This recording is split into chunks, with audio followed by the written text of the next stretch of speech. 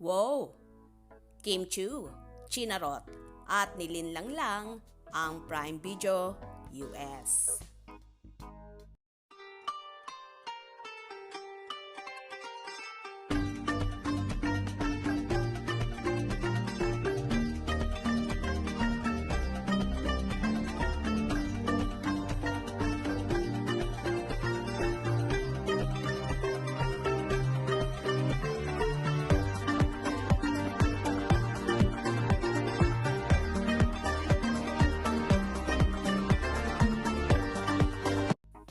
Kaloka talaga itong si Kim Chiu.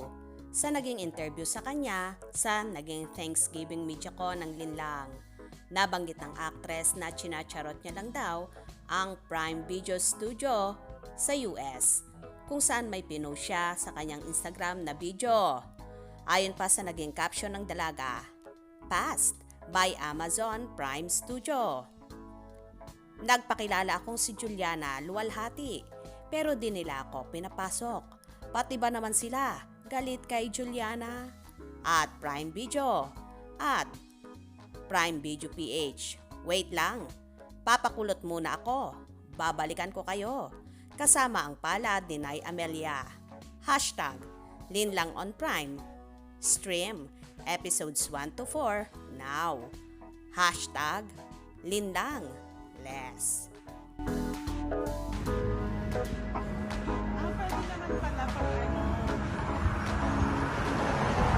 Pag zoom mo ng konti. Yan.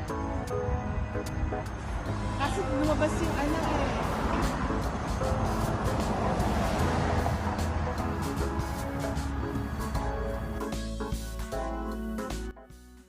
Sa pagpapatuloy pa ni Kimi, nagalit daw ang gwardya dahil wala naman siyang pahintulot na pumasok sa naturang building na yon. At sabi pa ni Kimi, i-message daw siya ng Prime Video Philippines at tinatanong siya kung gusto daw ba talaga niyang pumasok sa building na yon.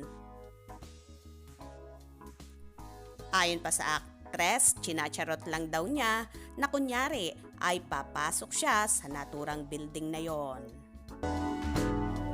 Nilaloko ko lang Nagkita ka ba ng guard? Kasi ka lang yun. Nagalit yung guard kasi hindi naman talaga ako nagpaalam. So, hindi ako nag-book ng ng tour dun sa loob. And then minessage ako ng Prime Philippines kung gusto ko daw. Sabi ko, hindi, charot ko lang yun. Hindi talaga ako papasok doon. Pero malay mo, Pero malay mo naman sa future, magkaroon ka ng project sa Prime. ma-invade natin ang Prime US. O diba? Kalorky talaga si Kimi at puro kalokohan ang ginagawa. Pero, pampagood vibes lang naman ito sa madlang people.